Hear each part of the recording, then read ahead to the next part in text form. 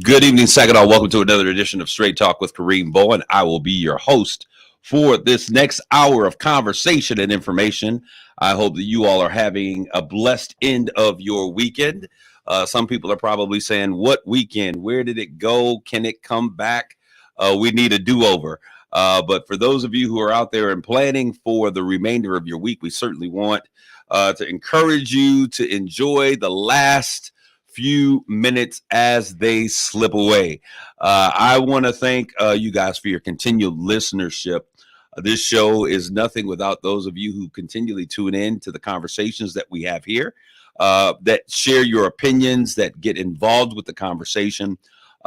So many of you I see in the community, and you say to me, "Hey, I tune in every Sunday," or sometimes you guys say, "Hey, I like to sit in the car and listen to the conversation in the car." I don't care how you like to listen, whether it's on your iPad, your iPhone, your Android, or listening the old-fashioned way on your FM dial at 107.1 FM. I certainly thank you guys for your continued listenership. I'm in the studio today with my main man, my producer, Matthew Lester is his name. I call him White Soul. Matt, what's good with you? I'm doing pretty good this weekend. How are you doing today? Doing wonderful. I'm excited about everything that's going on. I'm excited about what's happening in the community. And if you're tuning in right now, I want you to like, tag, and share this conversation with everyone. Let them know that Straight Talk is on. It's time for some very interesting and powerful, profound conversations on what's happening in the village. So, Matt, what was the details of your weekend? How did you spend it? The Memorial Cup is no more. You don't have hockey games to cover or to attend. So what's the deal? Well, on Friday, my mom and her boyfriend... Wait a minute, Matt. You said, well... Okay, but go ahead. On Friday, my mom and her boyfriend went to a concert at Soaring Eagle, so I was in charge of watching my little brother, my little sister, and their friends that were over at the time. On Saturday, I wanted to go fishing, but, with the rain, that pretty much knocked that out the picture. Today, I worked. That's pretty much been it. Yesterday, I worked yesterday morning. Yeah, just been chilling. It's been a lazy weekend. What about you? Man, it has been quite the blustering, busy weekend. We'll talk about some of those things that have been going down. I've been all over the place doing so much this past week that I really didn't get a weekend. And so we're gonna talk about some of those things right now. This conversation is going to be so important for those of you who understand the importance of where we are as a village. And when I say that, when this show was started, I say this continually because I want you to understand that this show is not about Kareem, but this show is about the community. It is about the village. It is about what's happening in the village. It is about repairing the breach, repairing the walls of the village. And there's so many things that are happening in the community. And I want you all to know, I want you to get informed. I want you to get involved so that you are not, we are always seemingly responding to things that happen. And I want us to be able to be a part of the planning process of things that are taking place in the community. And there's a lot going on. So you want to make sure that you are involved with what's happening. I want to start out by giving a shout out to what we might refer to as the Divine Nine. Those who are from the community understand what I'm talking about. And those are those individuals, those fraternities and sororities that are a part of the Panhellenic Conference. And the reason I'm giving you a shout out, and nobody solicited this, but I've been paying attention to what's going on. And for a long time, we've heard many people say that, sororities and fraternities are about philanthropy and about giving back. And I would often challenge those thoughts and those ideas because it seemed for the most part that those sororities were nothing more to me than social groups. One of the reasons why I chose against pledging when I was at Michigan State University. I thought about it several times when I saw my brothers getting their behinds beat. Not for me. But it just didn't seem like, I'm like, okay, well, this is that. But what I see happening in our city, in the city of Saginaw, I don't think we've ever had real chapters, real Greek chapters like we've had before. And I see now a new day emerging in the Saginaw community where I see a number of these groups from the Divine Nine that are actually giving back to our community. They're doing what they said on the entrance exam, if you would, if you understand what I'm saying. The philanthropy, the community service, the serving the needs of the community. And I'm really impressed with what has been taking place. So I want to take this minute just to give a spotlight to all of those individuals, all those members of the Divine Nine. The Kappas this weekend with their Men's Health Day on Saturday. I tried to get over there. A help mentoring program was in full session this weekend, but we did send a couple brothers that were able to stop over in the earlier part of the day.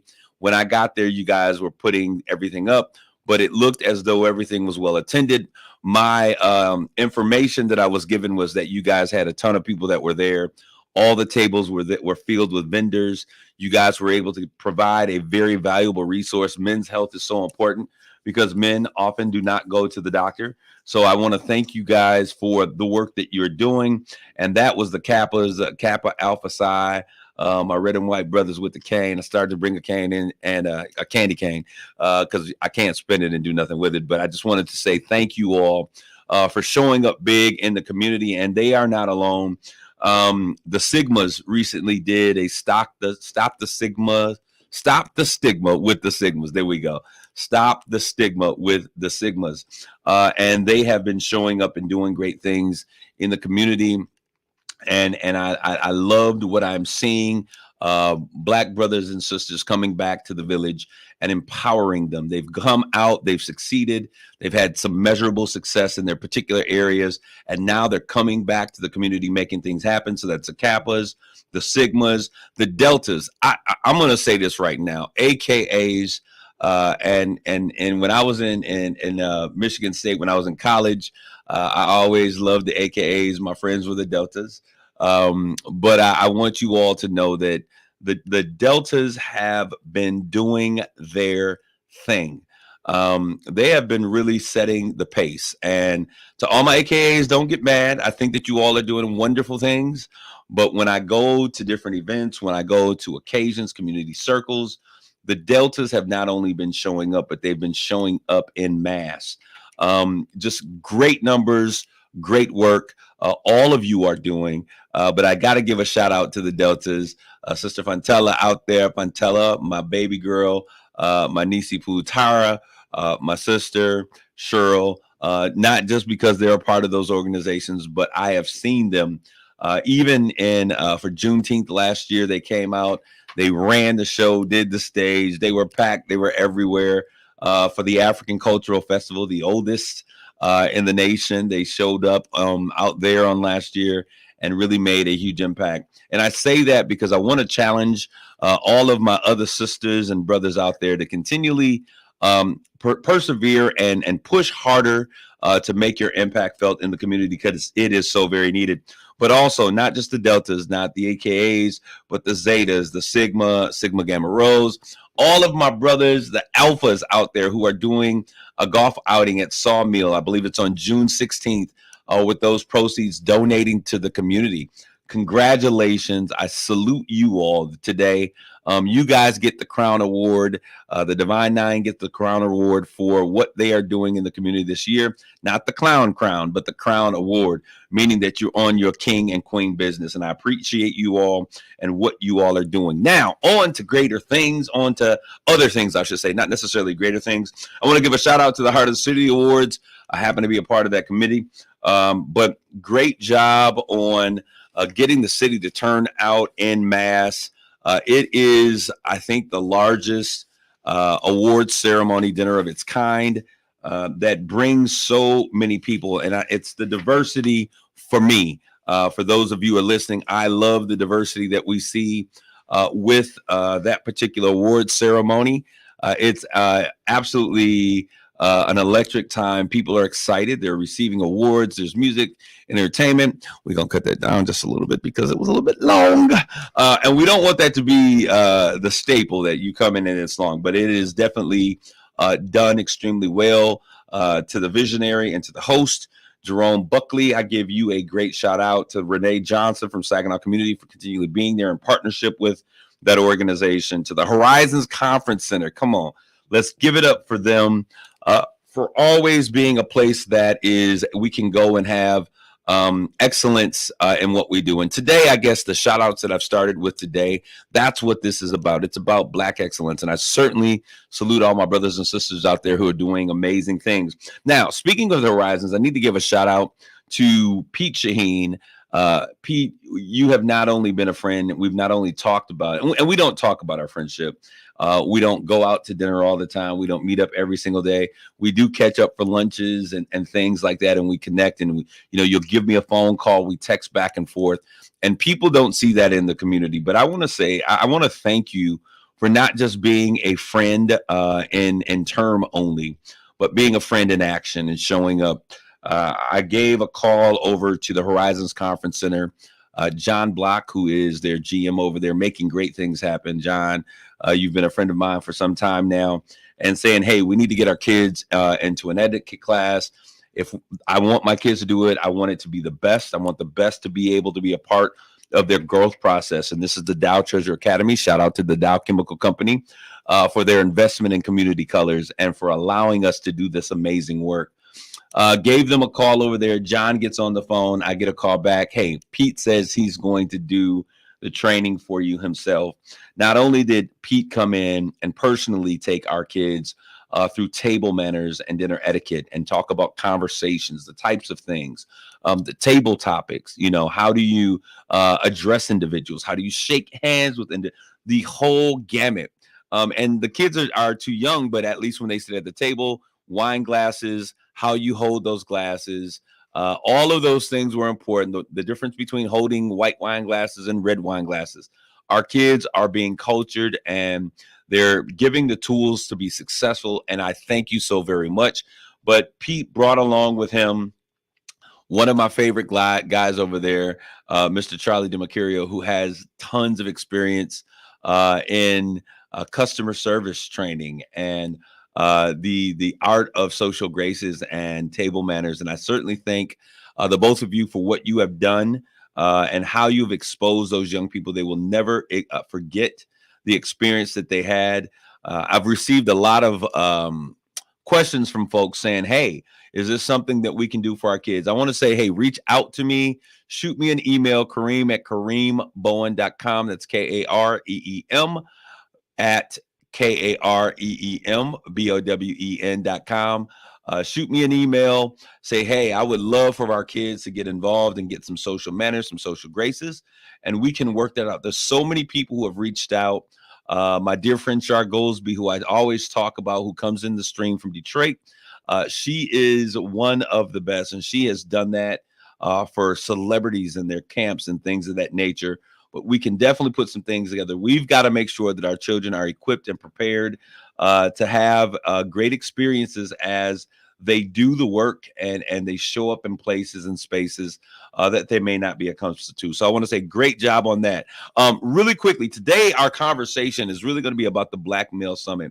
And I need to share with you guys why this is so important. So if you're watching, please like, tag, and share. Share this with someone. Throw their name in the stream, because I want to talk to you about why this summit is going to be so vitally important for us all to get involved in. But before we talk about that, I need to talk a little bit about the Juneteenth celebration.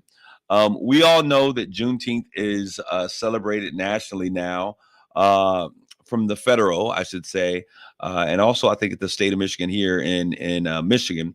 Juneteenth is now a celebrated holiday. It's June 19th. And our Juneteenth celebration is in full swing. We are making the preparations for this Juneteenth celebration, and it's exciting. If you were a part of the celebration on last year, then you know this is something that you do not want to miss. I was so excited, and I fell in love. I was enamored with what I saw when it came to our Freedom Stroll Parade. When I saw everyone that came out from the community and just the number of entrances.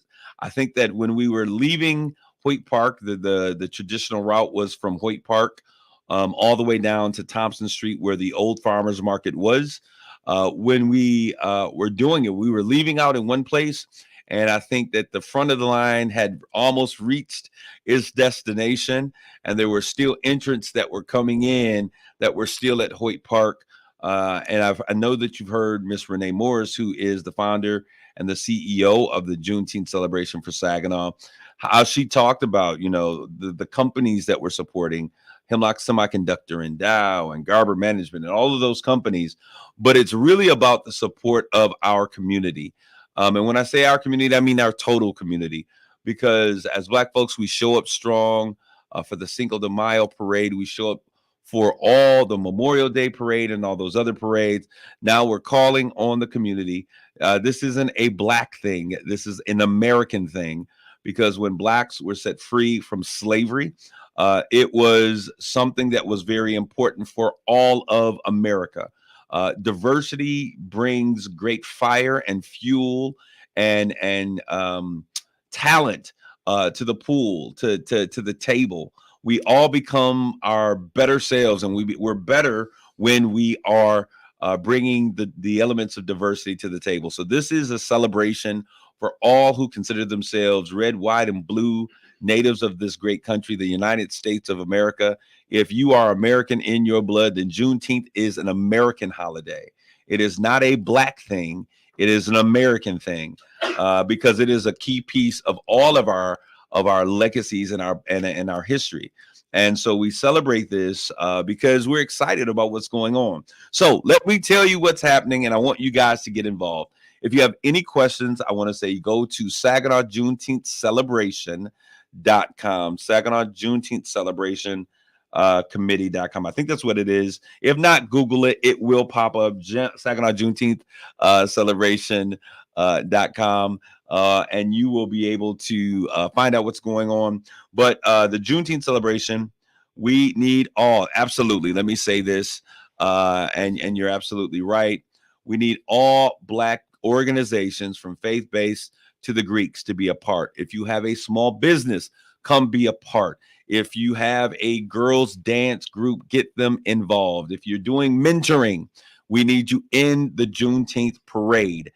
Everyone should be a part of this. This is a celebration of life and legacy and the great feats from which us ADOS, African American descendants of slave, those of us who have come. There's a difference from Blacks who are here, that were a part of this nation and went through and have emerged from slavery, than Blacks from anywhere else. Only one group of Black folk here that are true Americans, that are a part of the legacy of Juneteenth. And we celebrate that. But when we became free, it was a symbol, as America being the biggest democracy in the world, the greatest democracy. It was a celebration, something that the entire world should celebrate, because as America goes, so often goes the world. So we want to thank you for that. So Saginaw Juneteenth Celebration.com. Go on there on June the 14th. There's something called an education ball. Normally there was a pageant that would take place. This year, our founder and CEO, Renee Morris, has decided to do something different. And I kind of like this. I really do kind of like this. It is an education ball. How often do we take much time to really celebrate those things that are surrounding the area that we really need to lock in on? And so there's an education ball that will take place on the 14th at the Horizons Conference Center. Tickets are available for that. We are celebrating those who have made great contributions in the way of education. Our what do you call them? Our major is it the major, our grand marshal for the parade this year would be President Dr. George Grant of SVSU. He will be featured at the head of the parade. Our former queens will be a part of the parade. There is a float competition, which I think, hey, when you get out and you start making those paper floats and you make flowers out of toilet paper, staple them together. These are the things that I remember as a kid when we were doing homecoming floats and parades. We don't do those things anymore. And so this is an opportunity for us to bring, if you're a community organization, whatever it is, get together, put together a float, dress your float up. Maybe it's a car or a truck or a bed or whatever it is, but let's come out and celebrate our history. Saginaw Juneteenth celebration. So the education ball is on the 14th. Dr. Ramont Roberts is going to be celebrated, Dr. Pam McLean, and so many others. This is not going to be an overkill of celebration, but they do have It's some very key individuals who have been doing a great job. You have seen this new Saginaw, regardless of how you feel about it. I need us to turn the channel on our emotions. When I think about what's getting ready to happen in this coming September after Labor Day, I'm reminded of the facts that we are still in love with buildings. And Saginaw High, I love y'all. And I love the Trojans, and the rivalry of the Trojans and the Hillites has always been one that has been a masterful experience. It has been something that we have tuned our Tuesday and Friday nights to see who would win.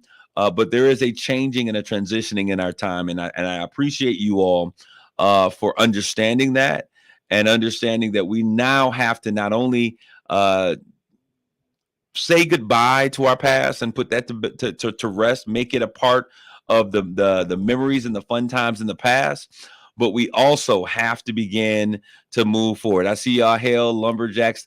This is the ending of a legacy. Instead of being upset during the season, let's take moments to take pictures of the building. The sign is still there. Thank you for leaving the sign there for everyone. And you don't have to be a Trojan or a Lumberjack to really celebrate and be thankful for the experience and the memories. Man, the greatest times growing up in the city of Saginaw were when those two powerhouse schools played one another.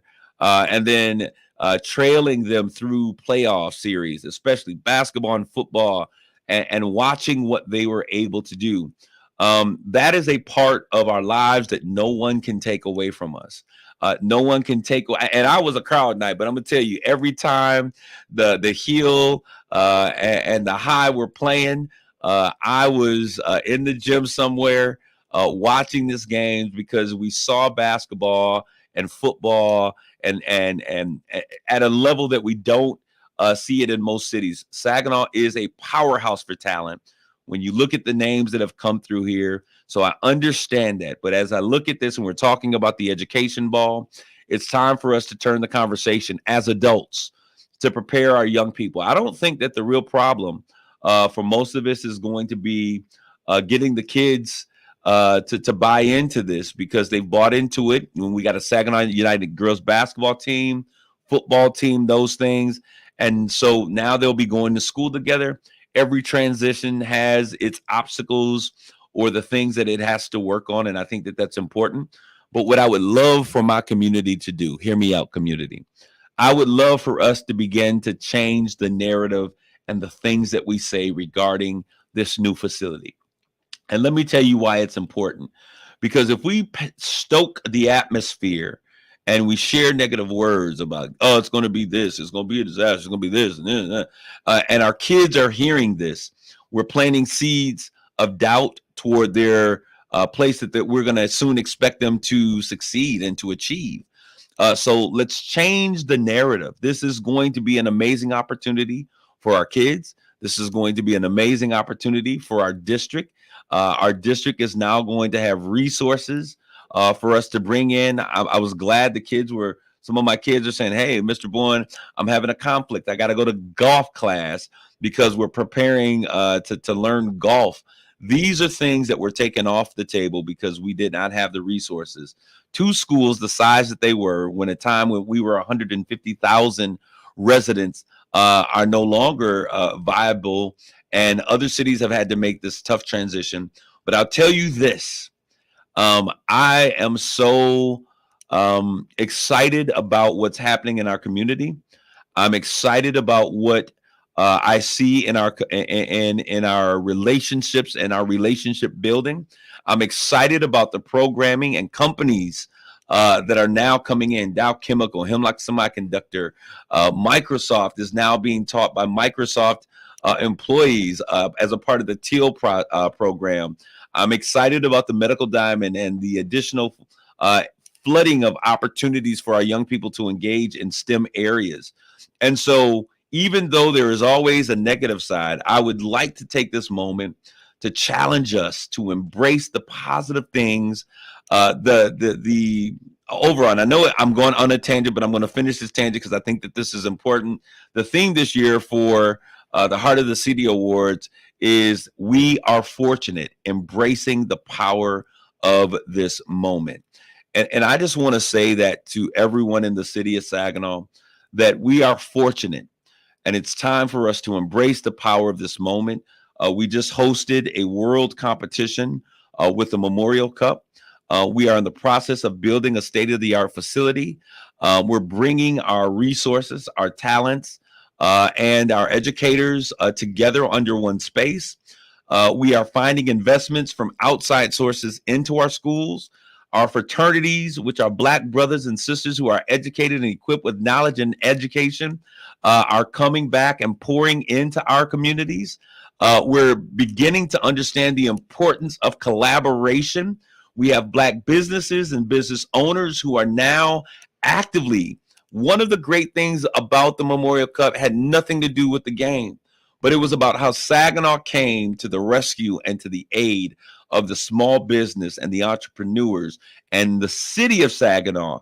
They made sure that every single one of those businesses, they did the best that they could. Were making a profit, or at least breaking even, by going to and patronizing them. This is the power of Saginaw.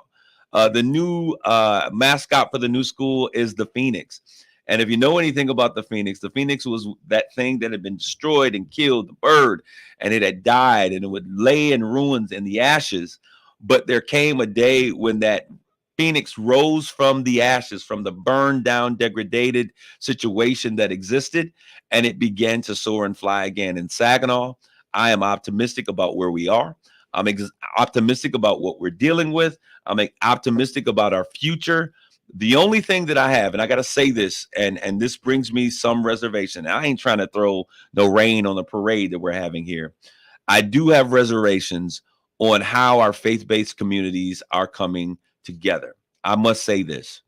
I have some strong reservation as a pastor, as one who loves my community, and I think that I don't have to talk about how much I love my community, because you see my blood, sweat, and tears all over the streets of Saginaw, working with youth and anybody who needs support. If there's something I can do, I try to do my best. But I have great concerns that our faith-based community may need to do a rethink on how we're looking as it looks to the broader grouping of individuals. I think that someone was saying we operate in silos. We have our event, our program, our members, when we are only one church. And it's problematic to what God is trying to do in this season in our community. We see organizations coming together. We see the Panhellenic and the Divine Nine coming together in collaborative efforts. What we are lacking is the leadership from those individuals who led the civil rights movement. Every great move that we've ever had in the Black community has been led by faith-based organizations, by churches.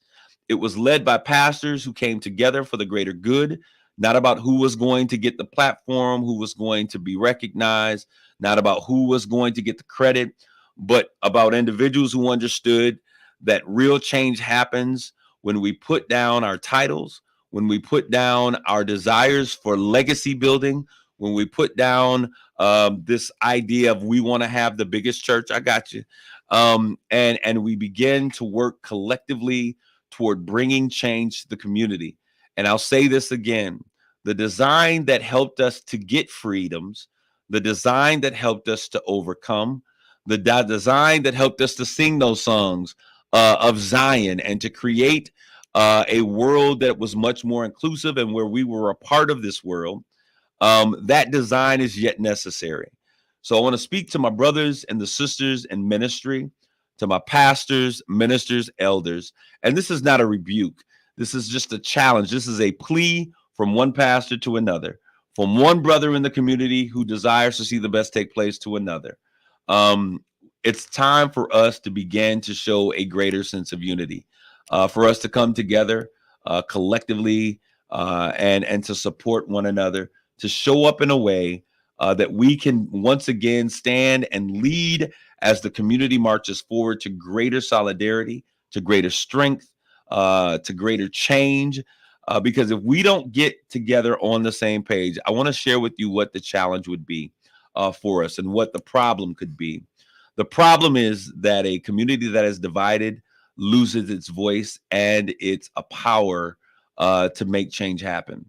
And right now, there are other individuals in other parts of the community that are banking on the fact that we will not come together. And so, all my pastor friends, my elders, ministers, leaders, worship folks, we are going to work together, and that's myself included. We're going to do better about our collective working together. We're going to do better about supporting one another. We're going to do better about coming together to support not just church issues, but community issues. When we say CAC, that is a community action center, that is all of the community needs to come together for those things. When we hear women of colors doing something, that is not a church organization, but all of the churches and the women in those organizations need to come and coalesce around.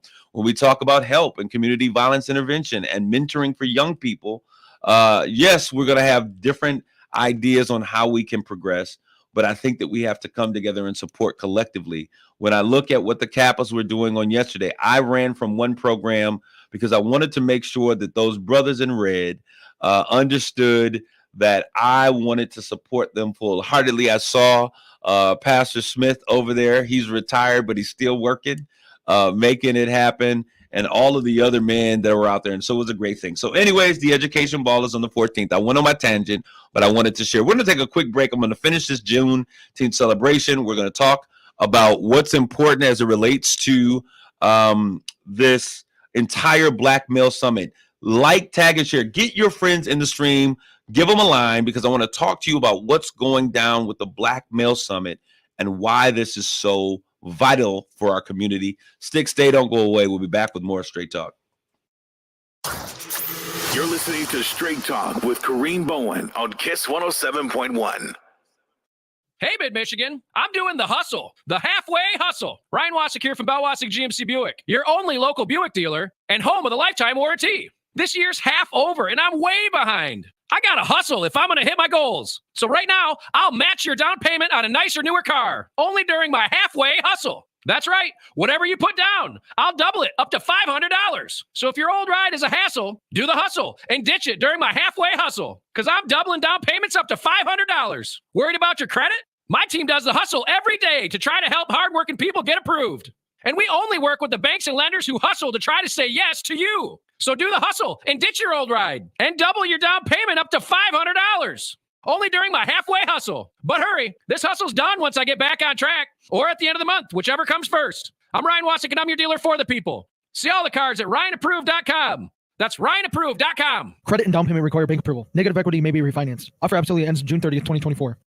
Today, we are talking to the embittered ghost of America's least-known president, Millard Fillmore. Humbug. About a historic new instant game series from the Michigan Lottery. 4 tickets that feature portraits of Jefferson, Lincoln, Hamilton, and Jackson. Wait, but no Fillmore? Yeah, but there are top prizes up to $2 million and $181 million in total prizes. Gonna play, Millard? I vote yes. Instant games, instant fun for everyone. Like Jefferson, Lincoln, Hamilton, Jackson, and me. Knowing your limits is always the best bet.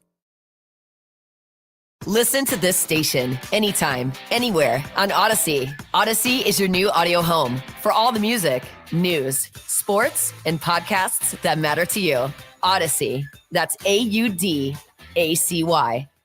There's never any FOMO with the iHeartRadio app. You won't ever have to miss out on your favorite shows and contests with this radio station again. Radio 24/7, 365. We're here when you want us. Stay connected and listen anywhere when you download the free iHeartRadio app. This is the KISS community page, where you can find out about all of the great things that are going on in Saginaw, Bay City, and Midland. Alpha Phi Alpha Fraternity Incorporated, Iota Chi Lambda Chapter, presents the 10th annual Carl C. Poston Jr. Scholarship Golf Tournament, June the 15th at the Sawmill Golf Club. Check-in time is 8 a.m. Tee-off time is 9 a.m. All proceeds from this event will go toward the Alpha Phi Alpha Fraternity Incorporated Iota Chi Lambda Chapter Scholarship Fund, which awards college scholarships to local high school students. New workshops with Houghton Jones Neighborhood Association, Boys to Men Empowerment Workshops. 6 weeks beginning June the 17th to August the 1st, Monday and Thursday, 3 p.m. to 5 p.m., located at 1708 Johnson Street here in Saginaw.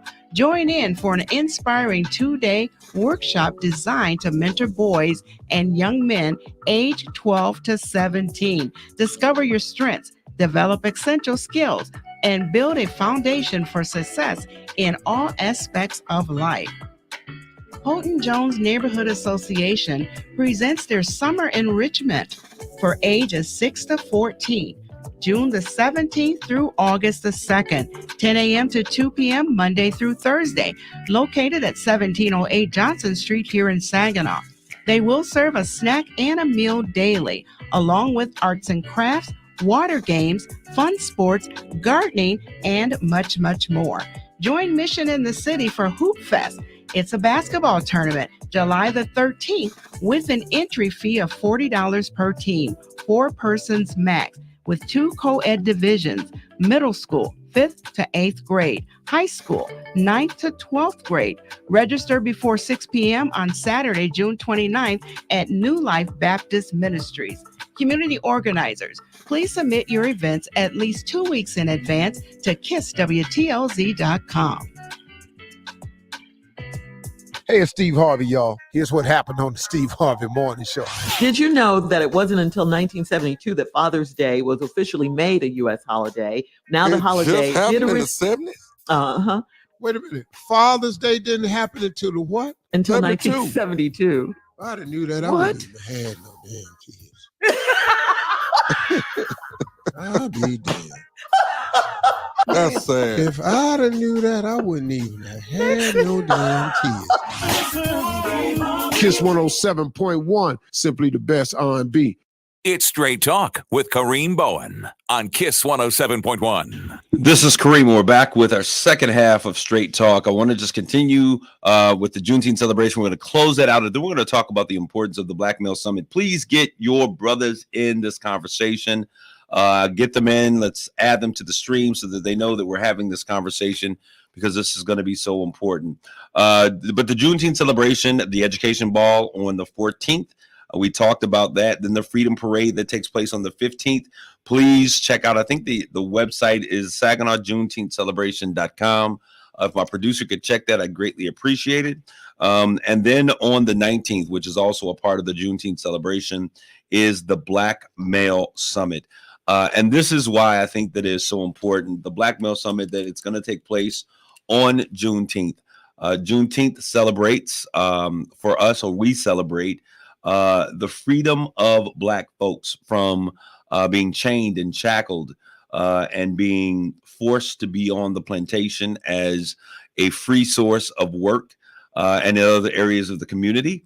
And so it was very apropos that when we were talking about the Black Male Summit, that it was important that it be on Juneteenth. And let me say why. And that's because on that date, we celebrate the removal of chains and shackles from our physical bodies. And on this coming year, on June 19th, in just a week and a half, 2 short weeks, we will be celebrating the freedom of those chains from our minds. As a community, we have been enchained for hundreds of years. And we often find that those same chains that were on our physical body now have to be excised from our mental man.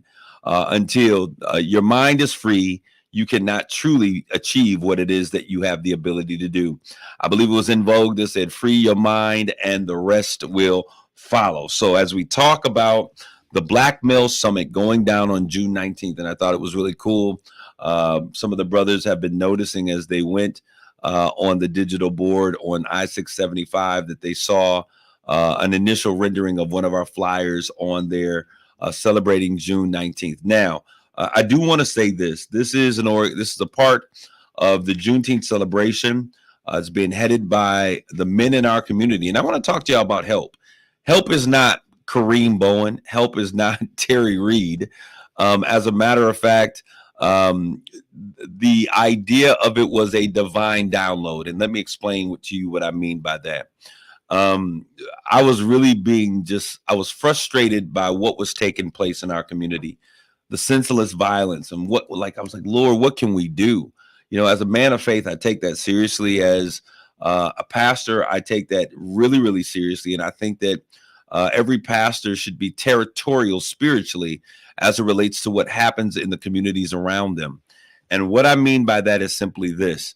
When things happen in my block, June 19th, that's right, Black Male Summit, June 19th, as things happen in our communities, when violence happens on or within the vicinity of my church, or my home, or any space that I operate, I get upset. I get righteously indignant on the fact that the enemy thinks that he can come in and do whatever it is that he desires to do in that area around my place or my dwelling. So I get frustrated by that.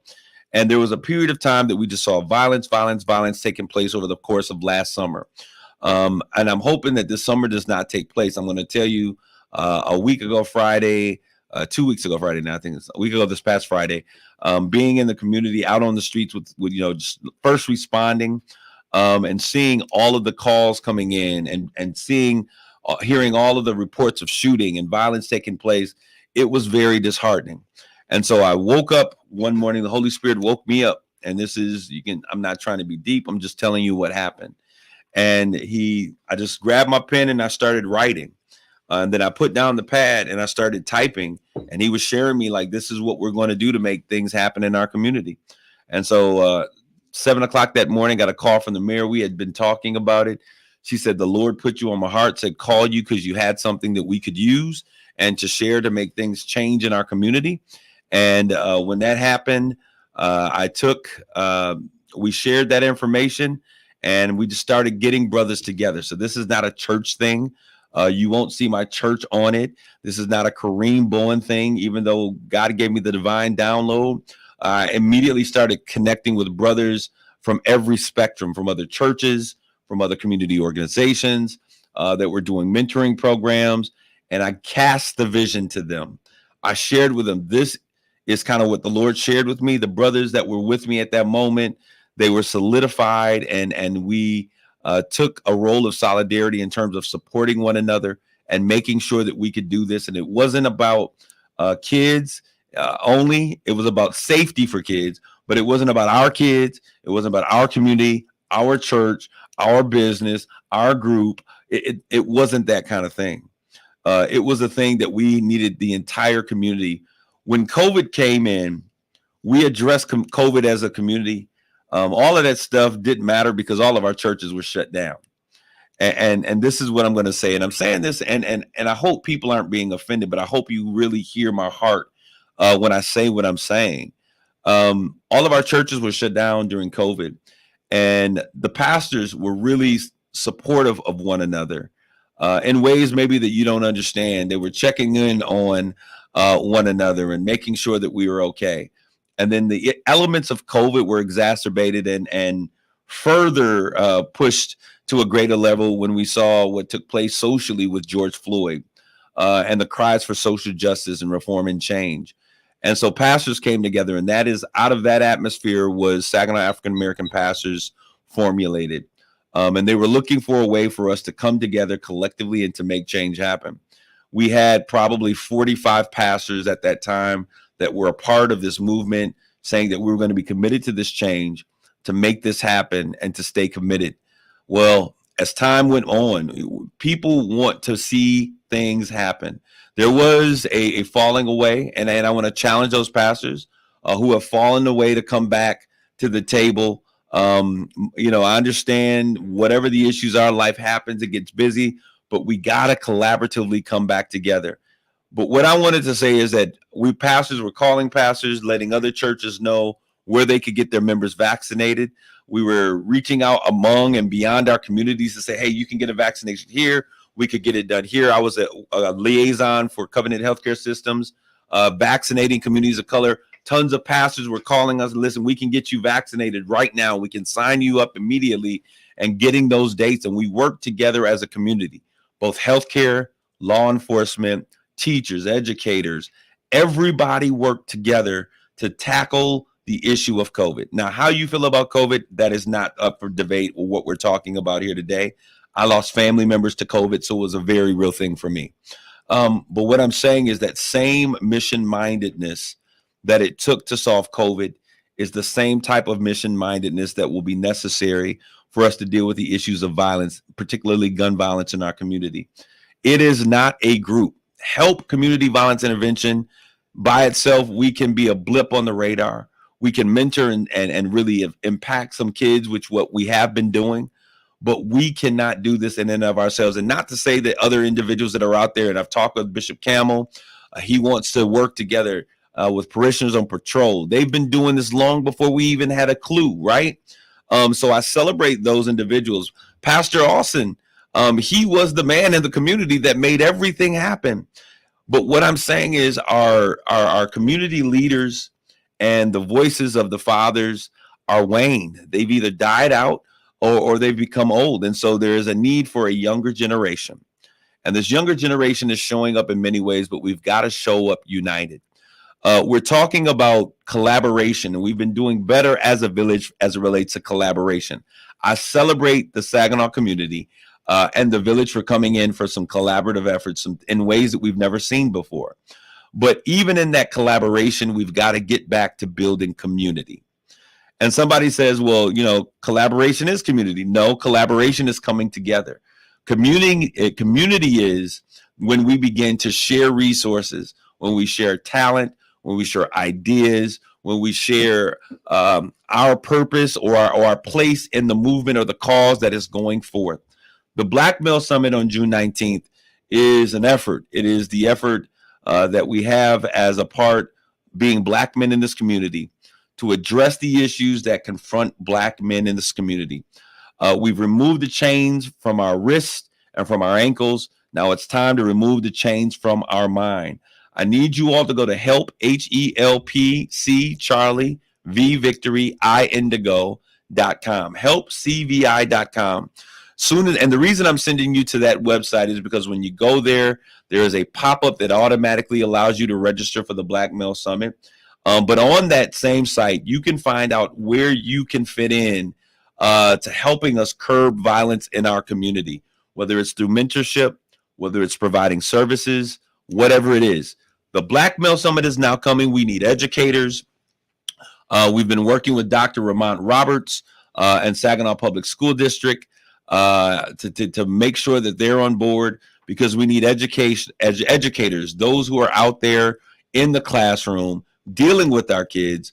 We need them to be a part. We need professional Black men, accountants, attorneys, law enforcement officers, those who operate in the boardroom, those who come with a powerful skill set and are able to caption and captivate audiences with their conversation and their information. We often say that knowledge is power, and I often follow that with, if knowledge is power, then ignorance is dangerous. And it's a time for us to come together and to understand that collectively we're a movement by ourselves, but we're a force when we're together. We collectively need to come together as Black communities. So we need those mentors, those community centers, the NAVE, and all of those, the Pratt brothers over there, everything that you've done, everything that you've been through, the experiences that you've had, we need those in the room over at Thompson Middle School on June 19th for the Juneteenth Black Male Summit. All right. We also need grandfathers, mature men. And I need to say this. I'm a young man, but I need y'all to understand the reason I go so hard as it relates to mentorship. And I'm mentoring with, created a mentorship program with the Dow Treasure Academy. And I'm mentoring with the HELP Community Violence Intervention Program. And I mentor with my church. And I mentor with Impact Campus Ministry and molding the lives of those young men and women that are on campus, getting ready to embark in the real world. The real reason I do that is because everything that I was able to accomplish or achieve in my life, everything that is of any value, was because I've had some amazing mentors in my life. The first mentor that I had was my grandfather. He was Superman in my eyes. And he showed me how to be a hard-working man. He showed me he was not very emotional or affectionate overly, but he showed us the importance of a good work ethic. And so I took that with me. He showed me that a man who is a God man must work. Job is J-O-B is Job on Sunday, but Monday through Saturday, J-O-B is job. And he always would express the importance. He would say that. He would always express the importance of men being men and being strong and being breadwinners. This 50-50 nonsense, this is not where it come from. This is how I became. It was the power of mentorship. And then my uncles, who were surrogate fathers, because I grew up not knowing who my biological father was, but those uncles stood in proxy, and they told me about male character and what it meant to be a man and how you carried yourself and the things that you did and how you showed up and cleaning beneath your nails and making sure you smelled good, and all of the things that our young boys need. Spending time with our young boys, there is a real serious hygiene issue that we have. And I'm not sure if it's just because kids are busy or whatever the situation going on or the foods that we're eating. But these are things that we need strong men to have conversations, not only with our boys, but we need women who will have those conversations with our daughters. And so I go hard as mentors. When I became older, Bishop Marvin C. Pryor he was a Superman to me. And when it came to the things of faith and walking that faith out and what it meant to have integrity in ministry. And I worked alongside him in that church for as long as he lived. And when he demised, I continued to stay there for a period of time. But I am who I am because of the mentors who poured into my life. And so I owe it to every young person that is out there to share whatever it is that I have of value that they see as valuable. I pour it into them because this is how I became who I am. And I understand the importance of mentorship. I understand the importance of mentorship because mentorship changed my life. And so the Black Male Summit is an opportunity for us to come together. We have Hill Harper, who is coming as a special guest. I have one other guest up my sleeve as well. But these men have been working. These are men, everyday men in the community that are working to do this, to bring the brothers together. Hill Harper is coming, and the reason he's coming is not because of politics. I met him, I guess it must have been back in 2012 when we were doing the Man Up Forum with President Obama. And we won a leadership award for community service with that program. And I met Hill Harper and Terrence Howard, who were also in DC at that same time. And he was sharing about a book that he wrote, Letters to a Brother. And I purchased that book and I read that book, and he came out with another, Letters to a Sister, Letters to an Incarcerated Brother. And those books were very important. They touched my heart, my life. I thought that they were profound and powerful. And when we talk about bringing Black men together, he was one of the first individuals that came to be in my mind. He was one of the individuals. The other individual I'm praying will be able to do it, and that's Bishop John Drew Sheard. John, he is now the international bishop. He was just Bishop Sheard at the time. But in that same vein, I met both of these men during that same period of time. I met Bishop Sheard. He flew out to DC. We had him come out for Focus on the Family Forum in partnership with the Congressional Black Caucus. He brought himself, his wife Karen, his daughter Kiera, his son Drew, and they talked around a dinner table, about the complexities of growing up in the community as a man of faith, but also a man. And he shared his heart, and he was vulnerable, and he was very powerful. So I'm hoping that his schedule affords. I know he is now in charge of the largest Pentecostal church in the world, and he is doing amazing things. But these were things and individuals who impacted my life. And so we are challenging grandfathers, fathers, bring your sons. This is an opportunity for us to come together to address the issues of gun violence in our community. This can't be one group thing. This has to be a total village collective. We all have to do this together. We want to talk about the issues of child support and the fact that there is a lot of support for children.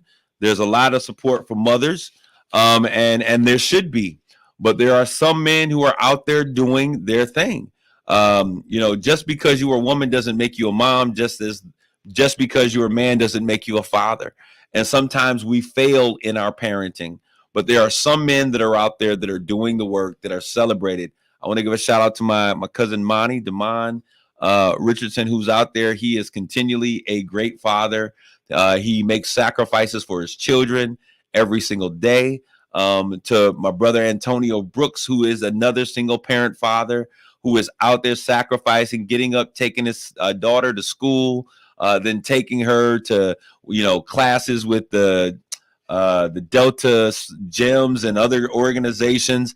There are men who are out there doing, and we need to talk to those men to encourage them and to give them support and resources. But we also need to talk to some of our other brothers who, instead of continually working a job because they're taking too much out of his child support check, that he says, I'd rather quit a job and just work under the table.